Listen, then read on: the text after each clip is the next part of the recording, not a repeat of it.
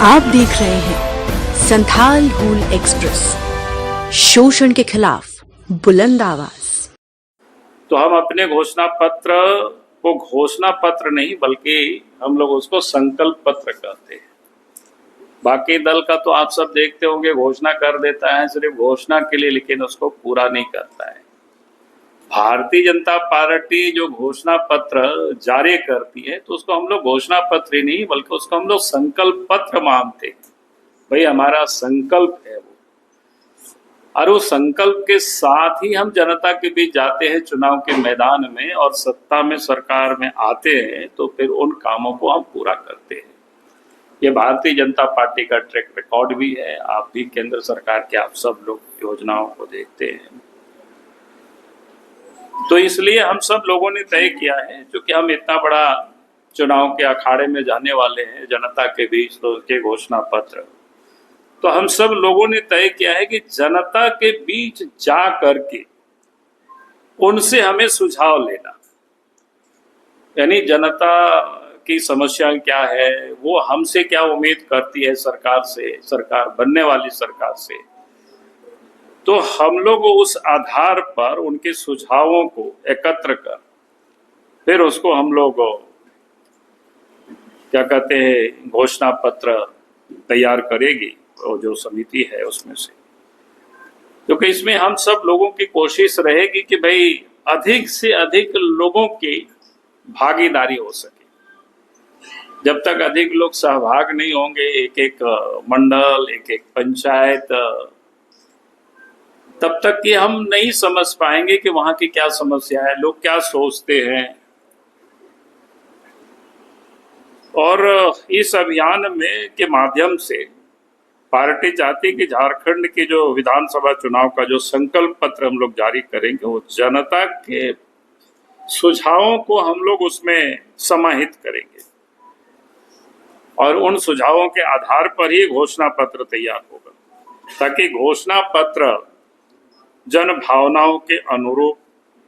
झारखंड की जनता की इच्छा एवं आकांक्षाओं के अनुरूप बनाने के लिए प्रदेश की जो घोषणा पत्र समिति है वो कार्यकर्ता से भी सुझाव लेंगे, गांव से, शहर से, मोहल्लों से, टोलों से, जितने अधिक से अधिक लोगों को हम लोग उसमें जोड़ सके। और उसके साथ साथ राज्य में बहुत सारे संगठन होते हैं भिन्न भिन्न, जैसे चैम्बर ऑफ कॉमर्स है, डॉक्टर्सों का एसोसिएशन होता है, उद्योग जगत से भी जुड़े हुए लोगों का भी अलग अलग संगठन होता है, फिर ट्राइबल है, दलित है, उसके बीच भी रहता है, कॉलेज के छात्र हैं, छात्राएं हैं, नौजवान है, उनकी क्या क्या तकलीफें हैं, उन तकलीफ को दूर क्या हम कैसे कर सकते हैं या उनके लिए हम क्या कर सकते हैं। तो इस प्रकार की सभी वर्गों से हम सब लोग ये सुझाव लेकर के एक